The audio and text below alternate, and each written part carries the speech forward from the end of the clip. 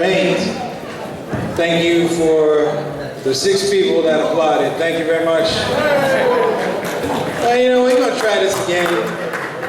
All right, we're going to try this again. I know you're eating.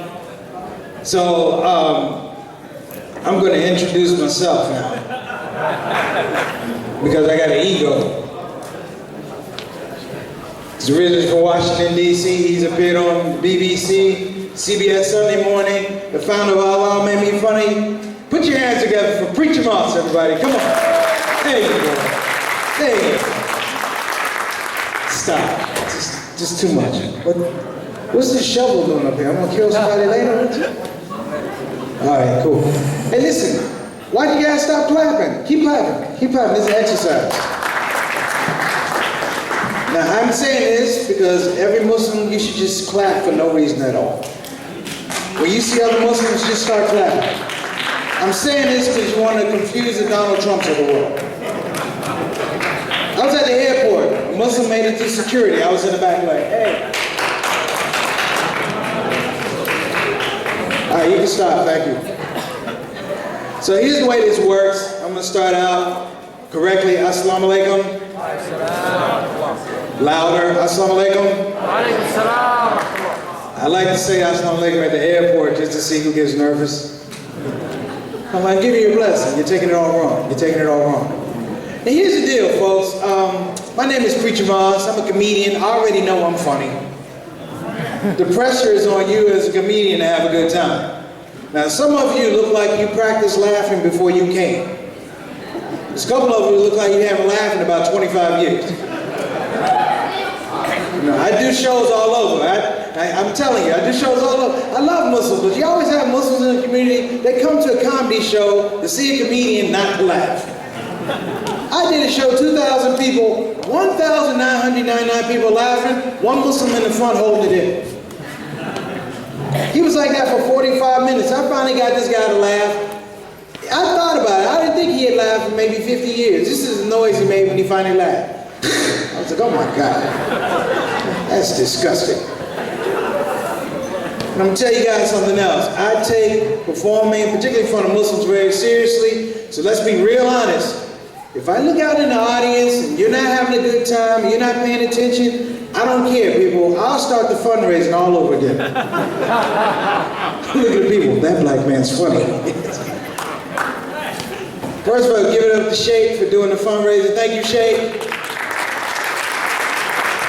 It's a hard job, man. It's a hard job. I went to one fundraiser. It was in Cleveland. It was like in the middle of the hood in Cleveland, man. And about a fundraiser, and evidently he didn't take a look at the environment.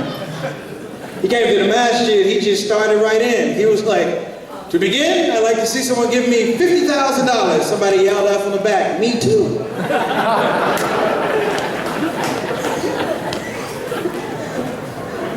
You know how it is, Sheikh. It's a fine line between a fundraiser and a hostage situation. I went to one fundraiser. I love this fundraiser, people. I'm going to tell you why. I went to the fundraiser, and they actually had 2 fundraisers. 2. The first guy came up. He was like the warm-up fundraiser. He was about this tall. Problem was, when he got behind the podium, we couldn't even see him. He started talking. I thought it was my conscience talking to me. He was like, Assalamu alaikum, Assalamu alaikum. I was like, where's that voice coming from? Now the second fundraiser they brought up, sorry about that, brother. Did I break it? No, I didn't break it. The second fundraiser they brought up, now, this guy, he was a gangster. He was from Saudi Arabia. I think he had been in the country like 15 minutes. I don't know what version of Rosetta Stone he got in a hold of, but it wasn't working that night. All I know was he was confident. I love confident Muslims. I don't care about his English. He was confident. In fact, I knew he was a bad man because he walked on stage and the first thing he did was he stroked his beard for 15 minutes. He was like... Then he spoke. He's like, Assalamu alaikum, Assalamu alaikum. Listen to me. Listen to me. Why do Muslim men get a microphone and go, listen to me? We can't help but listen to you. It's a microphone. God planned it that way. He's like, listen to me, listen to me. Then he started, this is a fundraiser, we need money, you have the money, you're gonna give it to me. I was like, oh my gosh, a genius. And the one thing he did that ma'am didn't do tonight was, you know, he fundraised, they tell you way too much about what they need. You can cut it off. He started, he was like, we're gonna build a school, it's gonna be a Muslim school, it's gonna have Muslim children in it, Muslim teachers in it, Muslim paper in it, Muslim desk in it, Muslim chalk in it, and 3 black children. Alhamdulillah.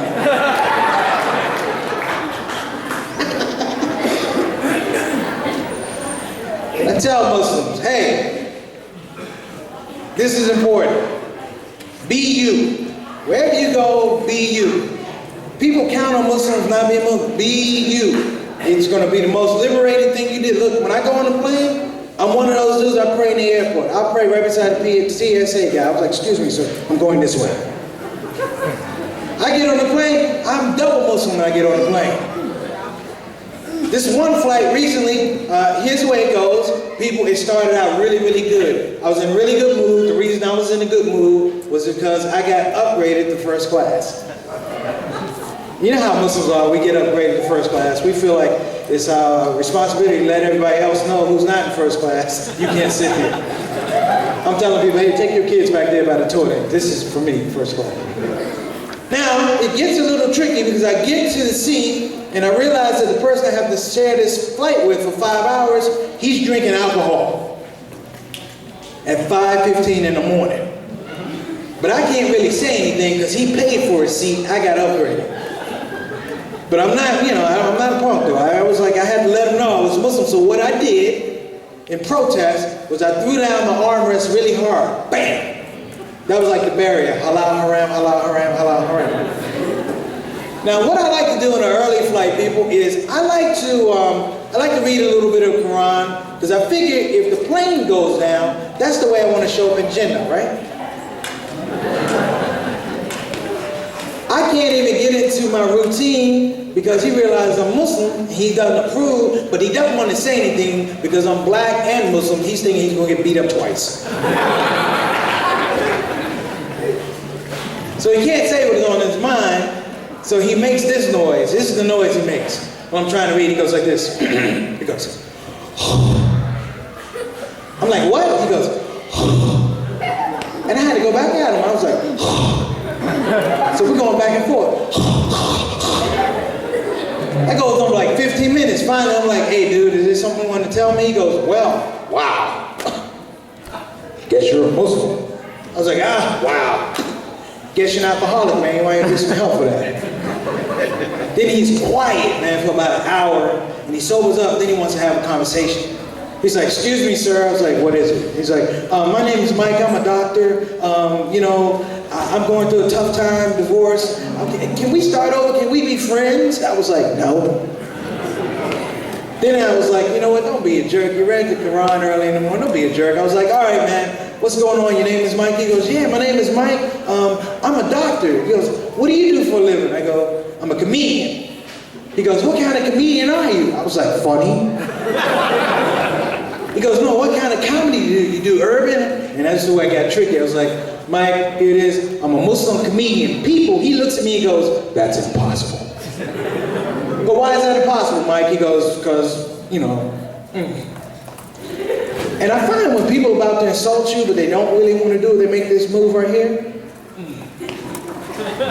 I said, what's up, Mike? He goes, He goes, you can't be a Muslim comedian. I said, why not, Mike? He goes, I'm sorry, preach, but Muslims don't laugh. I said, Mike, who told you this? He said, preacher, I'm sorry. I work in an office full of Muslims. I never see them laugh. I said, Mike? He said, yes. I said, dude, they wait till you leave.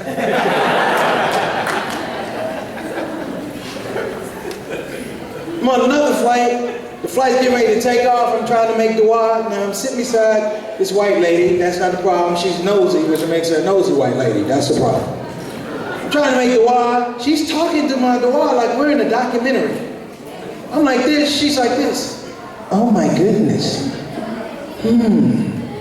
What's going on here? This black man has his hands in the air. Is he robbing himself? I don't understand. And I'm trying to make dua, and she gets me upset, so I know she's nervous, so I made the dua longer. I was like, you know. I finished the dua, and she finally, she wants to talk. She's like, excuse me, sir. I'm like, can I help you? She goes, yes, you had your hands in the air. You were doing something? I was like, I do a lot of things. She goes, no, you had your hands in the air. What were you doing? And I'm like, I don't know, really feel like giving out some dawah here, but here goes. And I didn't even use English. I was like, I was making dua. She goes, that's wonderful. What's dua? I said, I was praying to my Lord. She goes, oh, that's wonderful. You pray to your Lord. I pray to my Lord too. We could have prayed together. This is a blessing. Wonderful. So you're Christian, right? I was like, not anymore. She goes, Jeanette, So what religion are you? Because you don't look Jewish. So I seized the moment, and I was going to tell her what religion I was, but for the effect, I lowered my voice a couple octaves. She's like, what religion are you? I looked at her and she said, I'm a Muslim.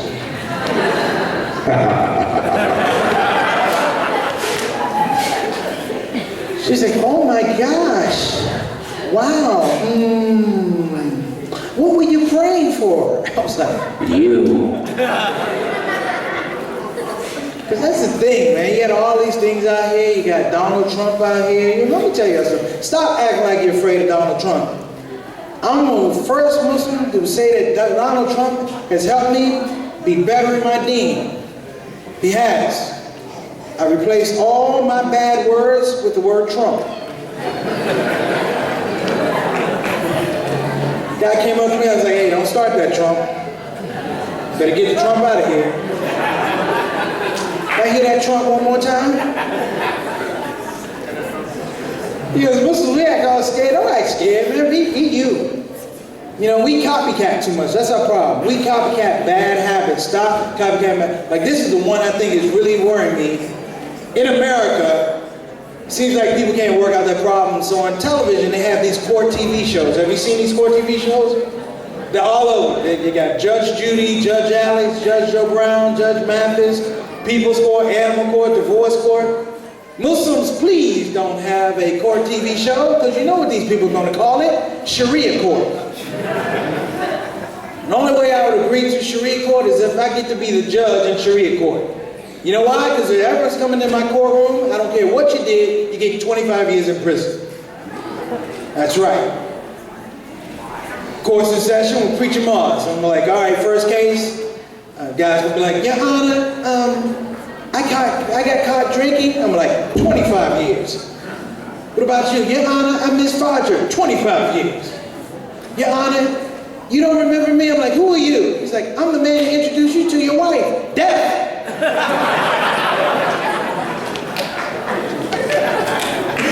Some of you brothers want to laugh, but you're looking at your wife.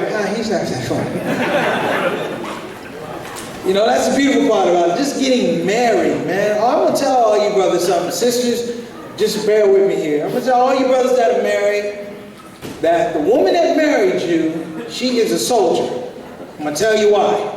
Because when she introduced the idea of her marrying you to her family, I want you to know she went all out. She didn't go 100%, she went 150%. She built you up. She made you a little bit more than you actually are.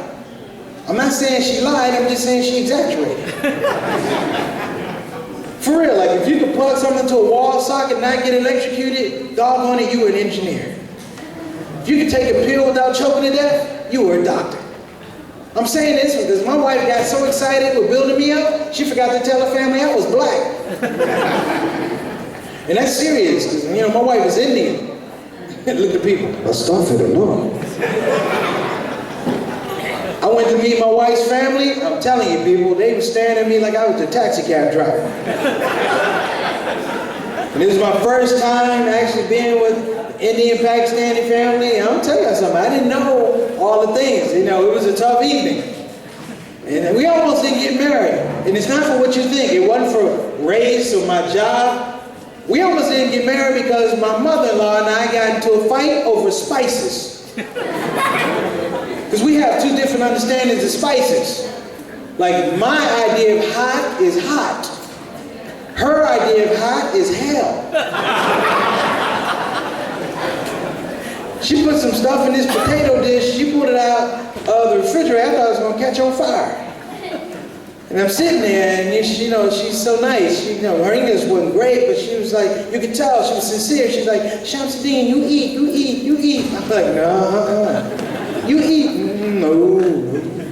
Then my wife gets upset, what are you doing? My mom spent all day making that for you, you're not eating. Come on, we're supposed to get married, you're not being a team player. Come on, eat it, eat it. I'm like, hey, I don't love you that much.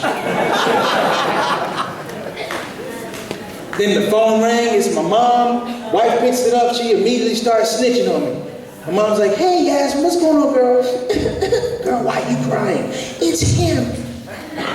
What did he do? My mom made this potato dish and he said he won't eat it because it's too hot. I'm trying to get married and you won't cooperate. My mom's like, put him on the phone. Got on the phone, my mom's like, Preacher Moss, what is going on up there? I'm like, Mom, look, they're really nice people, and you know, it is what it is. This lady made some food, and I think she put gasoline in it. My mom breaks me down. I don't care what that woman put in that food. She cooked it for you, she put her hard work into it and her sweat into it. I raised you to be better than that. I don't care what is in that food. I'm gonna tell you something. If she cooked it for you, you better sit there and you better eat it. You understand me? I was like, yeah. Click. Got on, went to the table, looking at that potato thing, looking at me, and just for a minute, I went back to being Christian. I was like, oh.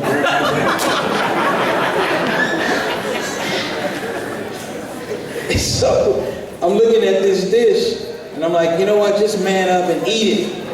Eat it. I'm like, all right, cool. And I grabbed it, I threw it in my mouth, took 2 chews. I was like, this is not this bad. And then that third one, I was like, ah. And then my mouth was on fire, I started sweating, I closed my eyes, and I saw Jesus. I had a bottle of Avion, I'm like, hey, you shouldn't have ate it, homie. Then I had to use their restroom. That was a whole different thing. You know, because I was new to religion, I didn't know about, you know, the little bottle. The bottle thing. I don't know what we call it in Arabic, they call it lota, but all I know, it was just sitting there by itself. Lonely. And I'm thinking, this is a weird place to want to take a drink of water.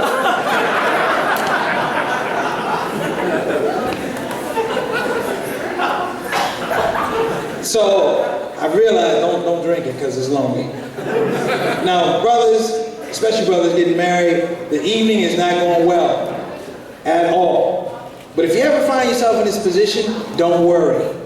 I'm going to tell you why. None of my wife's family liked me. The only person that liked me was Grandma. And Grandma is the ruler of that family. As long as Grandma likes you, you are in.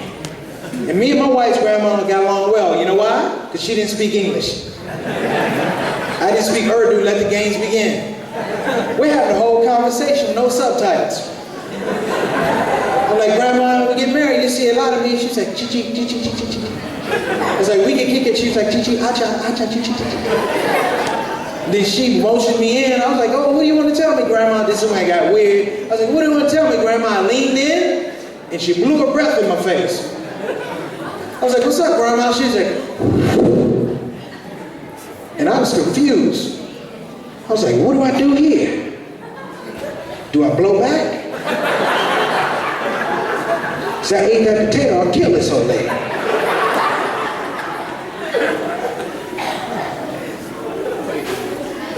That's right, you must smile, enjoy yourself. This is it, man. I love this religion, you know. Everything I've gone through, I have no regrets. When I first became Muslim, I was so excited. I didn't even know, I got so excited. I was Muslim before I even took my Shahada. For real. My favorite three terms, I'm gonna tell you, because you know, you fall in love with the Arabic. My favorite 3 terms were Assalamu alaikum, wa alaikum assalam, and I used to say them together. I used to walk up on people, Assalamu alaikum, wa alaikum assalam. They'd be like, that's my part. Shut up, I'm new. The other word I love was capeaholic. My mom was like, baby, I need to talk to you. I was like, capeaholic, mama. She was like, I care for alcoholics too, baby.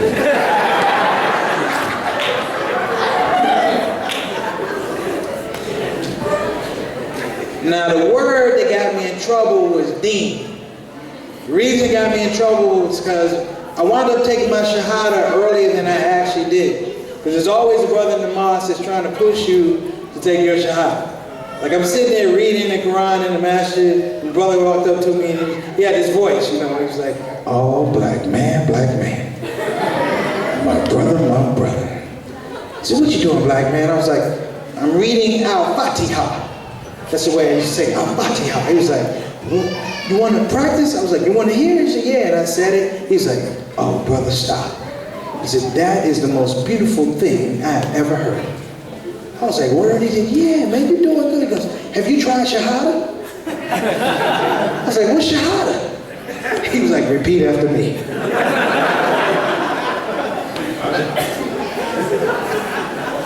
Now I'm all jammed up, and I'm Muslim. I wasn't ready to be, but, you know, and it was cool. The only problem was, you know, I became Muslim. I didn't tell my mom I was Muslim. That was hurtful to her. It's like she thought I didn't trust her. So I didn't tell my mom I was Muslim. I left clues. The problem is I left bad clues. Here are the clues I left my mom I was Muslim. Stop drinking. Stop chasing the ladies. And then I started hanging out with a lot of dudes. She didn't think I was Muslim. She thought I was confused.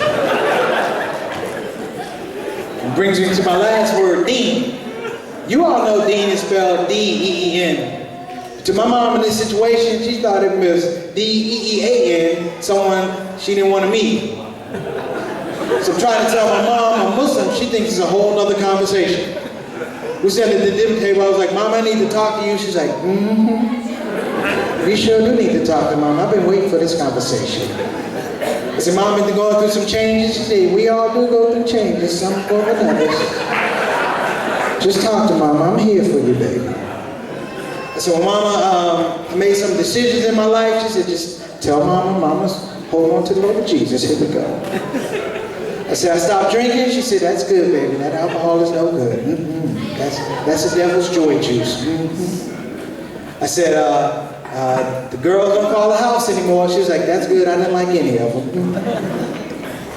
I said, I've been hanging out with these brothers getting information. And she was like, oh, is that what they call it?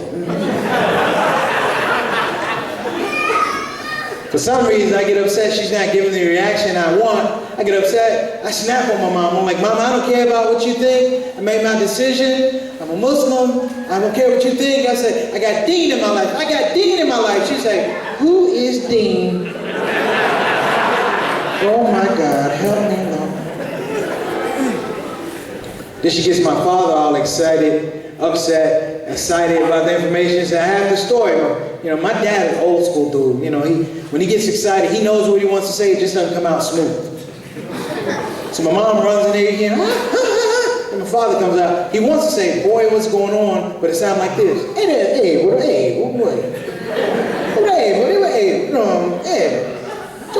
your mama crying? Hey, look at me. Hey, you gay? I was like, nah, Pops, I'm not. I told Mom I'm a Muslim.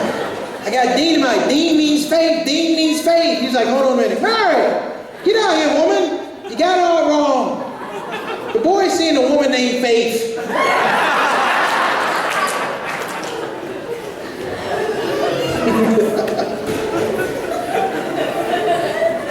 Let me check my time. I'm sorry. Hold on. You're good to go. We good to go? No, you're good to sound like 10 moments. Okay. I don't want to get people upset. You know how we like to make that Margaret. I'm funny, but I'm not funny to Margaret. That's right. So I'm going to tell this story. How many people here were born Muslim? Hands down. How many people converted to Islam? Cool. All right, my brother. Black man, black man. I'm want to tell you guys one of the greatest convert stories you could ever hear. One of the greatest. It's one of the funniest. It's a classic. I'm an old school Muslim. My brother right here, you know what I'm talking about. Back in the day, I used to travel all over the country, and on Friday was an important day because it didn't matter where I went in the country, in the world, I tried to make it to Juma. And I'm saying back in the day when I took my shahada, it was different. Like these days, you know, you take a selfie. Back in the day, if you took a picture of yourself, it wasn't a selfie, it was just selfish. To find a masjid, you have to get in the yellow pages and start looking. I start him from Muslim, then I'd be racist and go to Middle Eastern restaurant. Then I just start cold calling. I found myself in the Pacific Northwest one day. This is a very important lesson, people, so pay attention. I was in the Pacific Northwest. I wound up at this masjid. Let's keep it real. I walked into the mosque. Nobody looked like me. There was only one black guy. And it wasn't me. He was in the parking lot. He was on security. He let everyone walk in the masjid. He stopped me. I'm like, assalamu alaikum. He's like, wake up, Islam, brother. He said, you Muslim? I said, yeah. He said, how long you been Muslim? I said, 15 years. He goes, do you like it? I said, no, man, I was going to quit next week. That's what reminded me. Walking in, he goes, whoa, whoa, whoa. I go, what's the problem? He goes,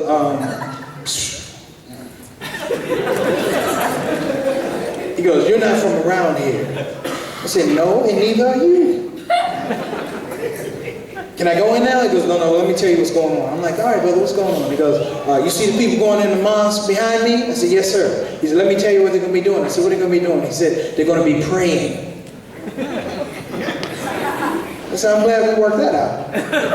Can I go in now? He said, no. I said, what's the problem? He goes, I have to tell you something very important before you go in the mosque. I'm like, what is it now? I'm getting a little irritated because I feel like he's making me late for Juma. I don't like to be late for Juma prayer.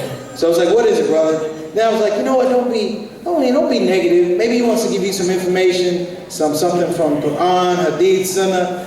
I'm like, brother, what is it you want to tell me? He said, before you go in that mosque, remember this. It's very, very important. I was like, oh, this is going to be deep. What is it you want to tell me, brother? He goes, remember this. I was like, what is it? He said, before you go in that mosque, remember this. I said, what is it? He said, remember. People, he looked at me and he said, remember. Do not wear your shoes in the wudu area. I was like, what? He goes, do not wear your shoes in the wudu area. Now people, I'm thinking, this Negro has lost his mind. I was upset. I was ticked off. But what he said kept playing in my head. It had a ring to it. I was like, you know what? I could use that one day. Like the next time they want a Muslim to go on television to defend Islam, I hope they call me. I hope it's Fox News with Bill O'Reilly. He's gonna like, Preacher Moss, we know you're a Muslim comedian. We don't care about that. What can you tell us about Muslim terrorism? I'm gonna say, Bill, sir, I can't tell you a thing about Muslim terrorism. But I can tell you this. Do not wear your shoes in the wudu area. And some of you brothers are laughing. I'm trying to save lives here tonight. Some of you brothers are married. You know, we love our sisters, but every once in a while you're going to have a rough patch, right? You're going to have a rough patch. Your wife is going to go in on you. We need to spend more time together. We need more money. My mom wants to move in forever. You look at her and say, hey, woman, hey. I don't know about that, but I can tell you this. Do not wear your shoes in the wudu area. And I got to get ready to get out of here, people. I want to thank all the brothers and sisters that came out to support us. Also want to give a shout out to any Muslim spies that came. That's mean. I don't mean Muslim spies. I call them the haram police. You know what I'm talking about. I can say something right now, they get upset, they follow me to the shows. I can say something right now, they'll run out to the parking lot, get on their phones, call Haram Police Headquarters here in Toledo. Bring, hello? Assalamualaikum, walaikum assalam. What's going on? This preacher mosque. Oh my gosh. What's he doing? He's making Muslims laugh. We'll be right over. And then they get in the Haram police cars, they speed through the streets of Toledo. You can hear their sirens 3 blocks away because it sounds like this.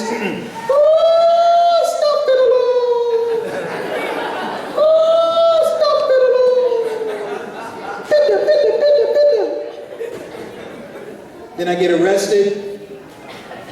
I'm in Sharia court. The judge is sentencing me. He's like, Preacher Moss, we sentence you to 25 years for making Muslims laugh. Before we send you away, is there anything you'd like to say to the courtroom?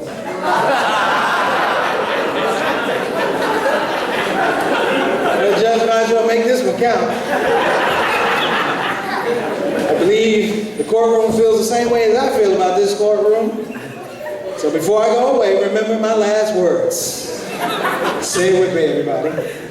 Do not wear your shoes in the voodoo area. Thank you very much, everybody. God bless. Assalamu alaikum.